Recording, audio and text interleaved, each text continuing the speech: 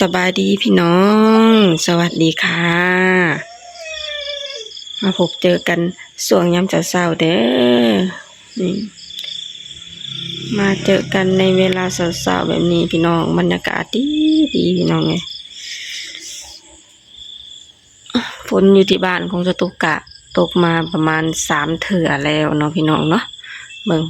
บรรยากาศหน้าบ้านหรือข้างบ้านค่ะหญ้าเขียวสะอุ่มอยู่พี่น้องเอ้ยบรรยากาศดีดีตอนนี้เวลาประมาณตี 5กว่าสตุกตื่นมานึ่งข้าวให้เบาดอนเนาะเบาดอนเพิ่นจะไปส่งปูนพี่น้องก็เลยต้องตื่นมานึ่งข้าวให้เพิ่นแต่เช้าๆเบิ่งบรรยากาศดีดีพี่น้องเอ้ยหญ้าเขียวสะอุ่มเลยต้นมะม่วงสตุกะเป็นดอกอีกแล้วพี่น้องนี่รอบนี้สตุกบ่ได้เบ็ดมันออกนี่แต่ว่าบ่ติดดอกพี่น้องเอ้ยเนี่ยหล่นทิ่มเบิดล่ะ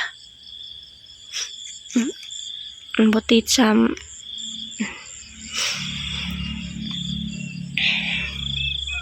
ต้นไม้ก็เริ่มใหญ่ขึ้นน้ำมือแล้วนี่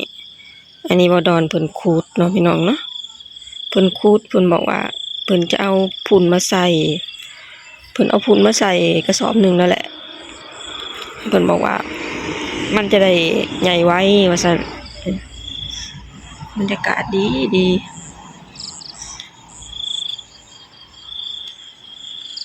เดี๋ยวก็จะได้ดำไร่ดำนาแล้วพี่น้องประมาณ2 อาทิตย์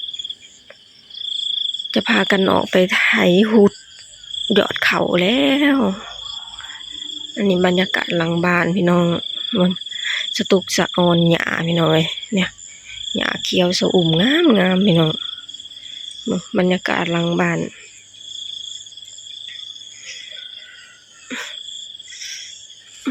อยู่ข้างหลังบ้านก็เขียวสะอุ่มเลยทางนั้นคือขอกเป็ดขอกไก่เด้อบรรยากาศดีดีพี่น้องอยู่หน้าบ้านหลังบ้านเขียวสะอุ่มเลย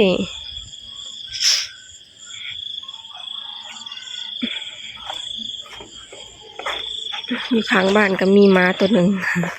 ม้าขี้อ่อนมันกะไปมาระหว่างเฮือนสตุกกับเฮือนแม่หอมพี่น้องหน้าบ้านถนนหนทางก็เริ่มมีรถเล่นผ่านแล้วเนาะพี่น้องเนาะต่างคนก็ต่างตื่นมาทำมาหากินตั้งแต่เช้าภาพบรรยากาศหน้าบ้านก็จะเป็นประมาณนี้เลยพี่น้อง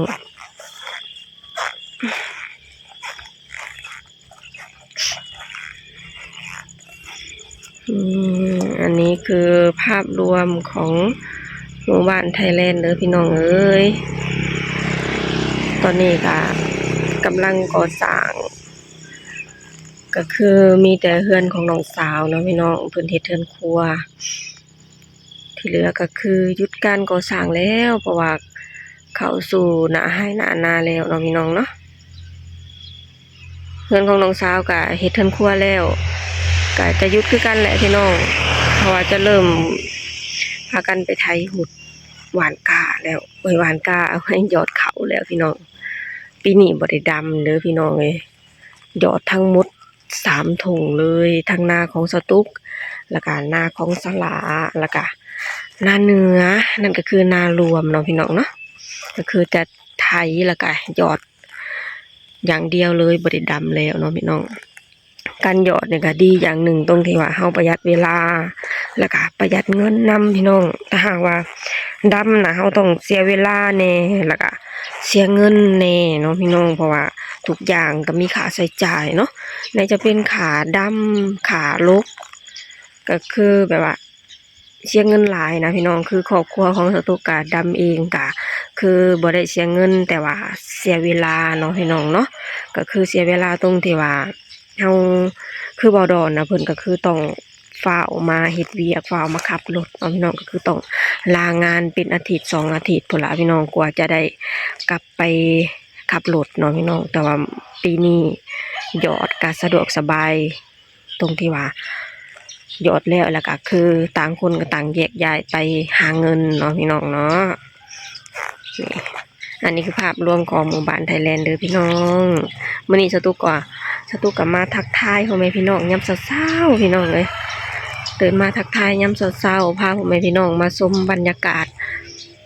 ของหมู่บ้านไทยแลนด์เนาะพี่น้องเนาะอากาศงามบรรยากาศงามพี่น้องเลยนี่นะหญ้าหลายเขียวสะอุ่มเลยพี่น้องจ๋านี่อันนี้คือต้นม่วงของสตุกอันนี้บ่แม่นต้นการกิ่งเด้อพี่น้องเป็นในที่เป็นในมะม่วงที่บ่ดอนเพิ่นเอามาหว่านเนาะพี่น้องเนาะมันเกิดเองสตุกก็เลยเอามาปลูกอยู่บ่อนนี้เนาะนี่อันนี้คือภาพบรรยากาศรวมจ้า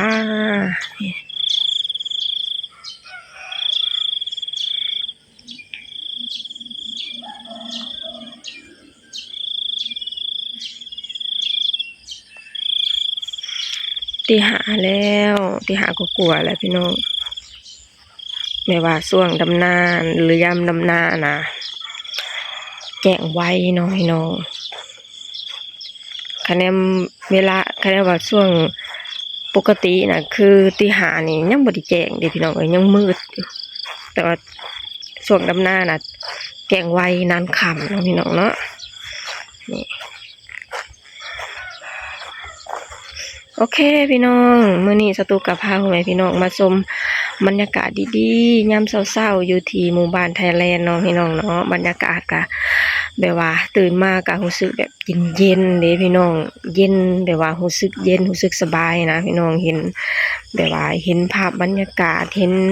หญ้าเขียวๆเนาะพี่น้องเนาะพาพ่อแม่พี่น้องมาชมภาพบรรยากาศดีๆของหมู่บ้านไทยแลนด์ยามเช้าๆเนาะพี่น้องเนาะนี่แหละพี่น้องมื้อนี้สตูเองก็จะไปนึ่งข้าวนึ่งน้ำแล้วเนาะพี่น้องเนาะ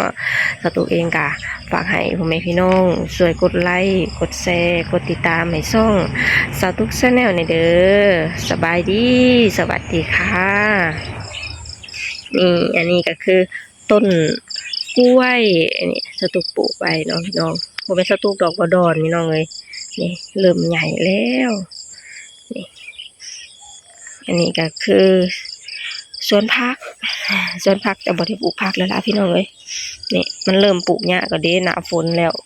ปลูกอ่ะมันจะเปื่อยเนาะพี่น้องเนาะนี่ก็คือต้นกล้วยเหมือนกันนี่สตุกบ่ได้ปลูกผักแล้วเด้อมันนี่ก็สิได้ซื้อกินละพี่น้องเอ้ยมันเริ่มปลูกหญ้าแล้วครับบรรยากาศเขียวชอุ่มสวยงามพี่น้องจ๋าอันนี้คือต้นดอกไม้นี่สวยพี่น้อง